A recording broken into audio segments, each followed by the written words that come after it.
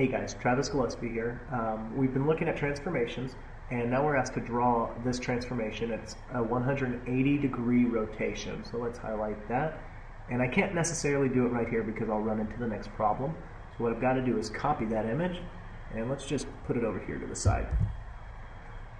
Alright, now what I want to do is ask myself, how can I create a 180-degree rotation? Well, I should probably get a protractor out, but since I can't throw a protractor up on the screen, I'm just going to use some logic here. I'm going to just think about this center of rotation. This is my core, and everything or every point in this object will rotate 180 degrees around this point, and it will rotate the same distance away from this center of rotation as it is from the starting point. So if this point is, I don't know, let's just pretend this is 1 inch away from this central point, it will always rotate 1 inch away from that center of rotation for 180 degrees. Alright, so let's just use some logic here because I can't throw a protractor up on the screen, but a protractor is also useful to help you find the 180 degree point or rotation. And what I'm going to do is use this line and think about, well, let's select some points on this line. Well, if I were to just select this point right here on the line, what direction should we rotate this object? Well, you're going to see in a second, since it's 180 degrees, it doesn't necessarily matter. But if you're not given a direction of which way to turn an object, and you're looking at this as being, let's pretend it's on the coordinate plane, and you're not being told what direction, move counterclockwise. So if I were to rotate this object 180 degrees around central point, it would move counterclockwise in this case because we haven't been given the rotation direction, and it creates a half circle arc. So let's take a look at this point.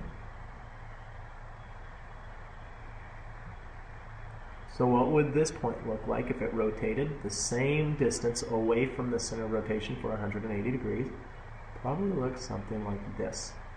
Now this isn't a perfect picture and it's drawn freehand, but we can see it's about the same distance away along a straight line, and I would just continue the line above straight down in this direction.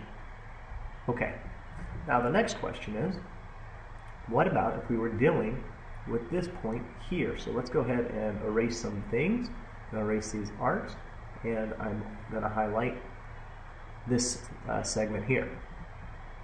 Now if this were to rotate in the same direction for 180 degrees, it would move along that center of rotation.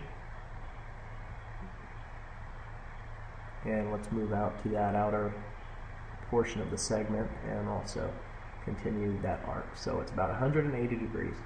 And I could continue this line on again. So we're starting to see this object rotate 180 degrees, and I'm going to get rid of those arcs. And now I can start to visualize what's going on in this figure. Well, this is the longer line. It's the blue line, which is moving down now, and from here I can see that this top line is moving in the same direction as this purple line. I'm just going to kind of freehand draw these last missing points. So starting with this top segment, it moves in the same direction as the bottom. So we'll just continue it on, and it's the same length as the bottom. From there, I can draw my next few points.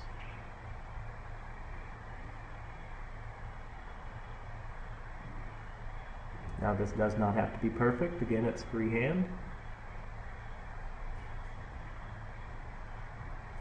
And we can see our figure emerge. So this would be a 180-degree rotation of the original figure. Cool stuff.